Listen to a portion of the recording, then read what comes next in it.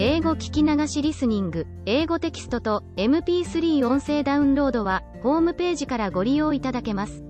88thpp.com 88thpp.com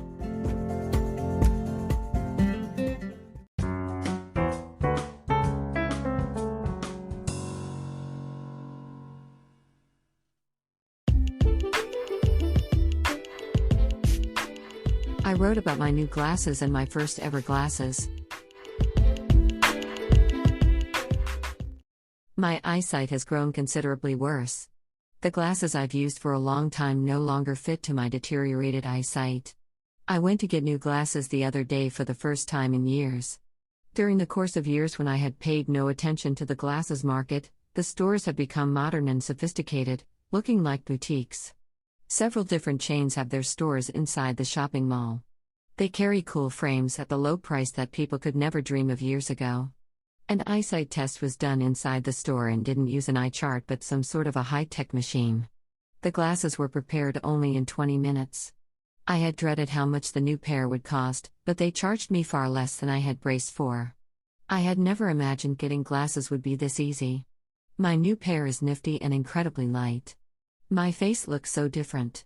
With my new sharp vision, I feel like I have transformed myself into a new me. I had my first close encounter with glasses when I was in the 2nd grade. I failed an annual eyesight test at school and the school required a further examination at the doctor's office. That sent my mother into a near panic.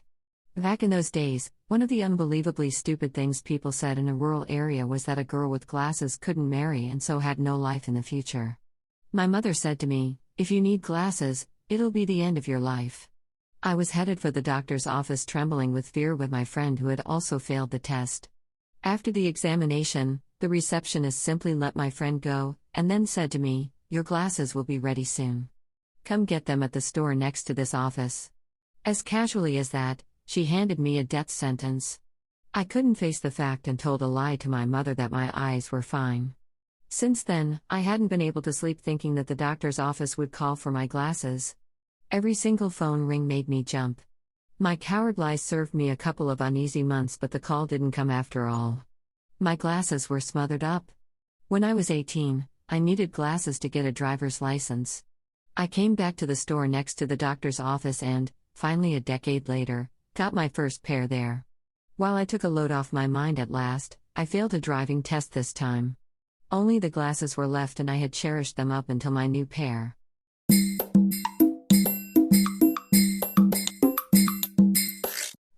Audiobook, Japanese Dream by Hidemi Woods on sale at online stores or apps. Apple, Audible, Google Play, Nook Audiobooks, 43 available distributors in total.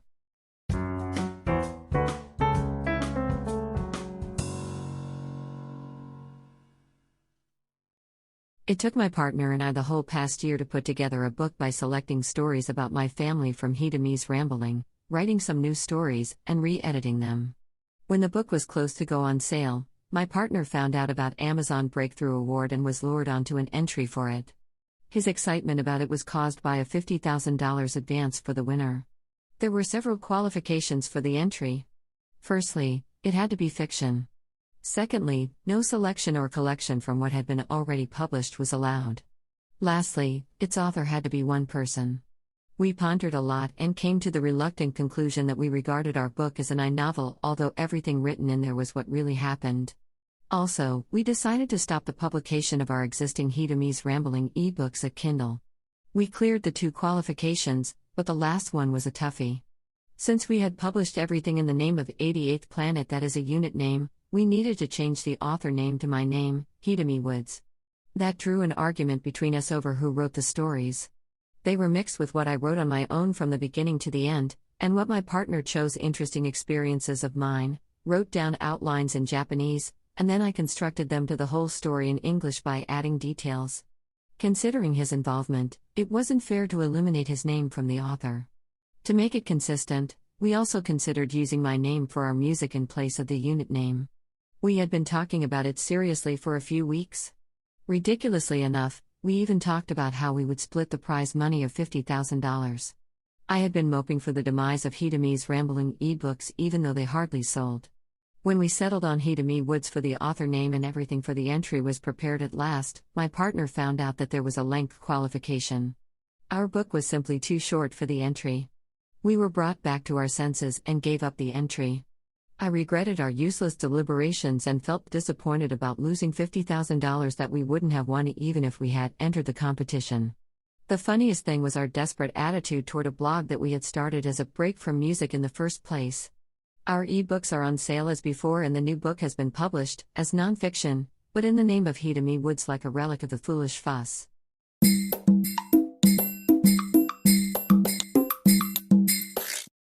Audiobook, Japanese Dream by Hidemi Woods, on sale at online stores or apps.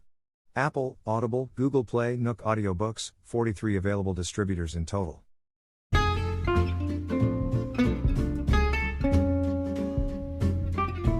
英語聞き流しリスニング、英語テキストと MP3 ダウンロード、その他の物語はホームページからお聞きいただけます。